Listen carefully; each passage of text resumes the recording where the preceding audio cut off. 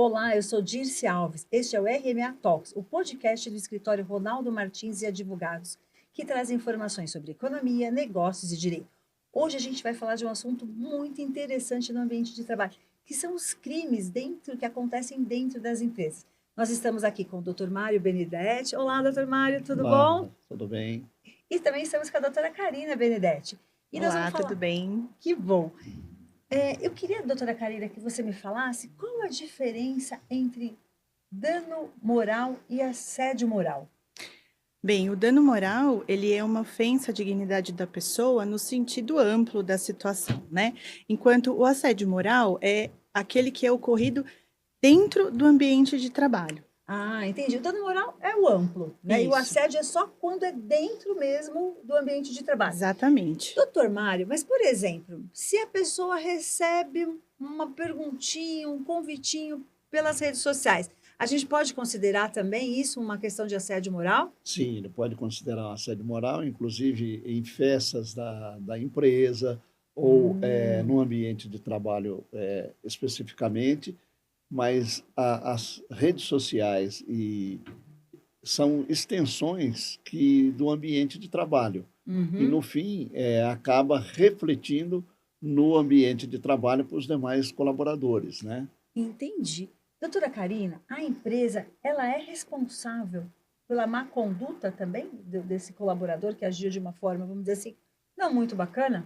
Sim, todas as condutas dos funcionários da empresa são sempre de responsabilidade do empregador, né? Ah, Então, todas as entendi. condutas realizadas dentro da empresa podem ser, Vai podem ser refletir sobre a empresa. responsabilidade, isso. Por Hum. isso são tão importantes, assim, essas regras do compliance e todas essas regras que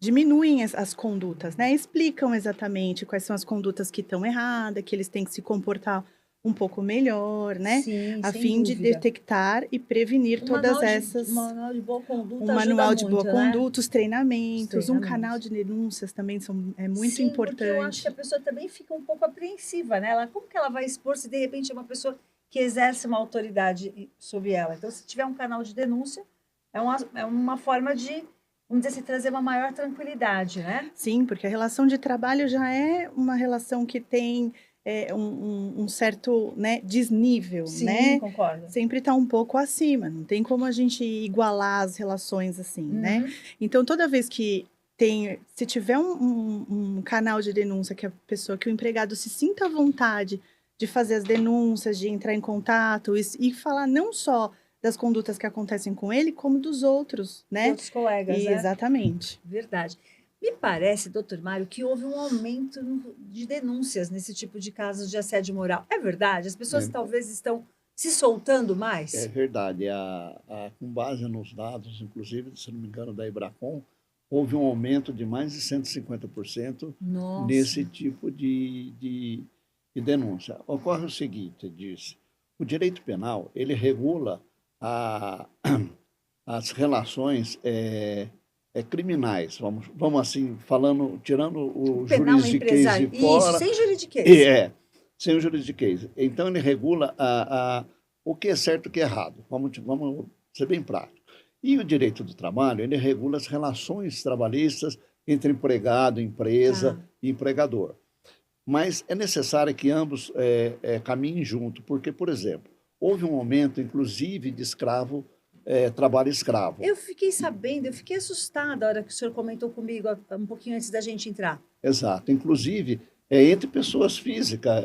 Por exemplo, trabalhador doméstico. Sim, é Tem verdade. casos, por exemplo, aí, que a gente tem visto, que a pessoa trabalha 20 anos, 15 anos na casa de determinada pessoa, não recebe e é iludida sobre o tema de faz parte da família, mas na verdade é uma trabalhadora que fica prestando serviço e não ganha E nada. passa sábado, Sábado, domingo, à domingo, noite. não tem, normalmente esse pessoal não tem ninguém Onde ir? de parentesco, né? Então a pessoa é explorada. Ultimamente nas fazendas de café também, realmente existe também um tipo de exploração nesse sentido.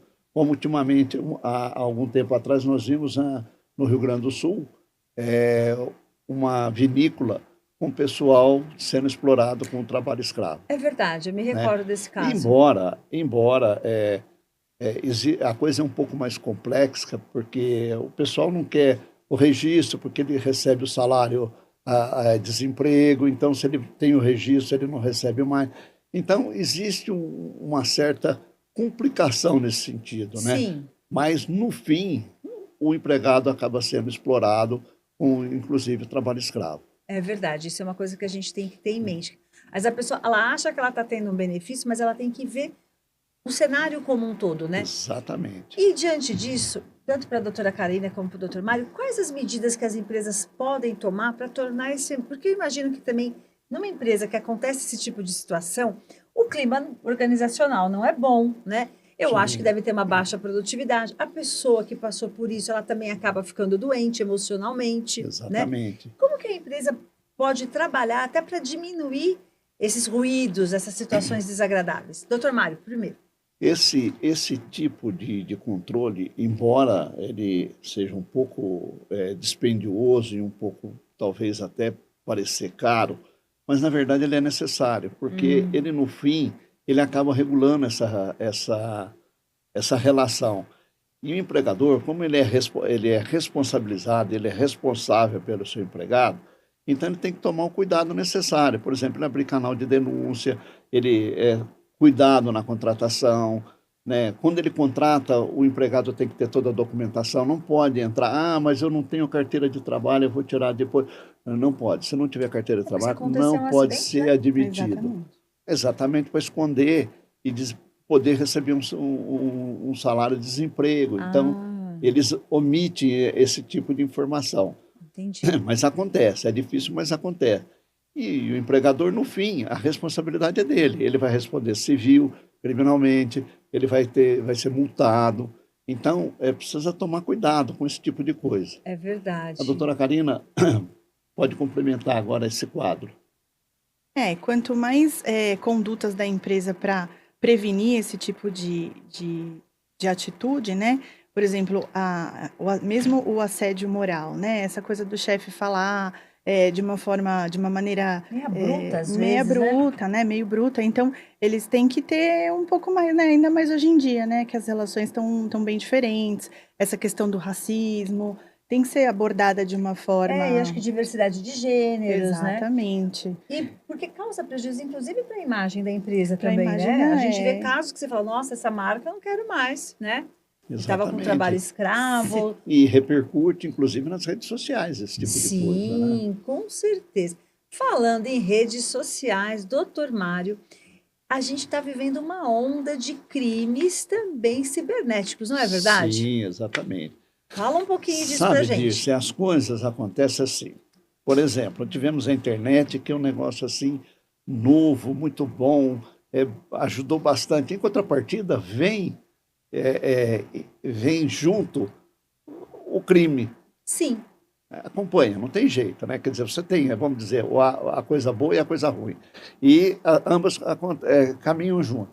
E, obviamente, o pessoal mais vivaldino se aproveita dessa situação sim, é e aplicam verdade. golpes, e furtam dados, Sim. furtam numerário, E agora eles dinheiro. até furtam dados e ainda meio que fazem tipo uma extorsão, né? Tipo, você precisa pagar para você recuperar, não é? Exatamente. Então, o que que acontece? Eles bloqueiam o servidor de uma determinada empresa, porque o que que eles fazem? Eles emitem milhões de bloqueios. Então, a empresa que é bloqueada e vem lá para manter contato e conversar para poder liberar. Então, quem liga, que eles nem sabem quem foi bloqueado, É. mas a empresa que é bloqueada, quando entra em contato, aí eles ficam sabendo, a empresa tal. Aí eles Ah, avaliam, então eles nem sabem nem sabem. exatamente para quem Eles que. disparam milhões de vírus, de bloqueio.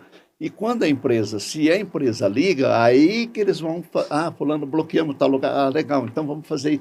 Aí eles começam a negociar. Ai, que começa. Agora, veja, se bloqueou A e o A não entrou em contato, eles não ficam nem sabendo.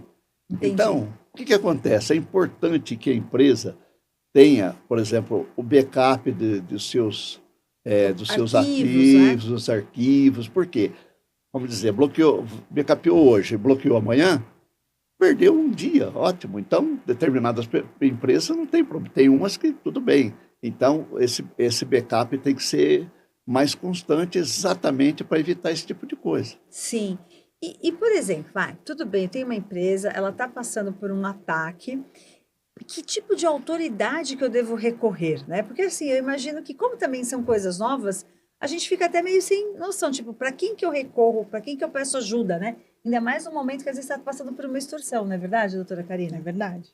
Tem uma delegacia especializada, que é a Tem? Delegacia de Crimes Cibernéticos, que Certo. ela funciona junto ao DEIC, que é a antiga sede do DEIC, na rua Brigadeiro Tobias. Uhum. E então o andar inteiro é direcionado a crimes cibernéticos. Então, seriam crimes de golpes de cartões, golpes de como é que se diz? De telefone também, Telefone, que assim. você recebe Tipo, ele fala assim, clique aqui, clique né? aqui, Aí ele exatamente. puxa os seus Você dados. recebe um WhatsApp, e clique aqui, olha, você ganhou tantos pontos, está aqui, olha, você comprou a mercadoria, está Todo dia a gente recebe uma enxurrada todo de dia. e-mails assim, não é verdade? Então, veja, se você não tem conhecimento, se você não comprou nada, por que você vai clicar? É verdade. Né? Então, evitar esse tipo de coisa, selecionar o que você olha bem. Então, entrou lá, clique aqui, você já paga e nem não dá. Porque se for a clicar, atendeu a determinação, realmente você vai ter um problema que você vai ter expostos os seus dados, você pode, a sua conta corrente pode ser Sem dúvida, hackeada, hackeada. bloqueada, né? E o seu próprio celular, É verdade. né? Então, precisa tomar cuidado, porque a intenção de quem não tem o que fazer para obter uma criar vantagem, coisas. quer dizer, é muito grande. Então, É verdade. toda hora a gente está sendo, como é que se diz, bombardeado com esse tipo de coisa. Doutor Mário, na sua opinião, as legislações que hoje são várias, né? São Porque várias. desde assim de tipo de dano moral, assédio moral, essas coisas dos crimes cibernéticos, elas estão sendo suficientes para punir esses infratores? Veja, ela vem acompanhando as novidades, né? Por exemplo, nós temos aqui a legislação brasileira pune crime cibernético com base na Lei 12.737 de 2012. Depois nós tivemos a 12, que é a lei da Carolina Dickmann. Depois nós temos a Lei 12.965 de 2014, o Marco Civil da Internet. Depois sim. nós temos a Lei 13.185/2015, a Lei Anti-Bullying. Depois nós temos a 13.709 de 2018, a Lei Geral de Proteção de Dados, a LGPD. E nós temos a Lei 14.155 de 2021, entre outras. Quer dizer, a Esse intenção arcabouço do é bom. legislador é bloquear, mas os criminosos também são rápidos. Então, bloqueia de um lado, eles inventam do outro. Bloqueia do outro, eles inventam do outro. Quer dizer, a função deles é essa, né? E a nossa função é da gente também atuar numa medida mais preventiva, né? Com certeza. Falando em medidas preventivas, nós já estamos encerrando o nosso horário aqui, né? Agradeço. Mas eu queria que a doutora Karina, antes de finalizar, falasse alguma coisa de como que as empresas podem se prevenir.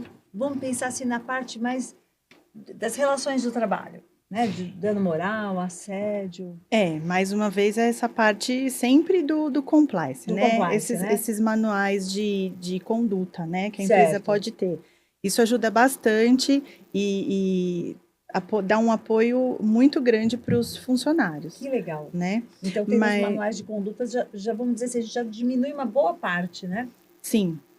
Já tem uma Perfeito. boa, já consegue diminuir bastante, porque fica sabendo o que pode, o que não Não pode. pode, né? As Perfeito. penas também, né? Quais são os Uhum. crimes apenados. Então, aí eles ficam com um pouquinho mais de medo e não fazem as coisas erradas. Perfeito. Obrigada, doutora Karina. Inclusive, Doutor Obrigada Mário, a para o você. senhor Só para finalizar. complementar, finalizando, as empresas que têm a compliance, durante a Operação Lava Jato, essas empresas, como a compliance é a conformidade, então elas tiveram a possibilidade de fazer acordos com o Ministério Público em decorrência exatamente da existência do compliance em seus ativos ou em Perfeito. seu dia a dia, né? Então, quer dizer, o compliance nunca é demais. Não. Sempre que possível, recomendamos que se institua o compliance dentro da empresa, crie normas e acompanhe e siga para que não tenha problemas futuros. Puxa, eu quero agradecer ao Dr. Mário, agradecer a Karina pelas explicações. E fica a dica, a gente precisa cuidar das nossas empresas e das nossas pessoas, né? Com Porque certeza. isso traz um ambiente de trabalho mais sadio. RMA Talks fica por aqui, acompanhe os nossos próximos episódios, siga a gente nas redes sociais e até a próxima.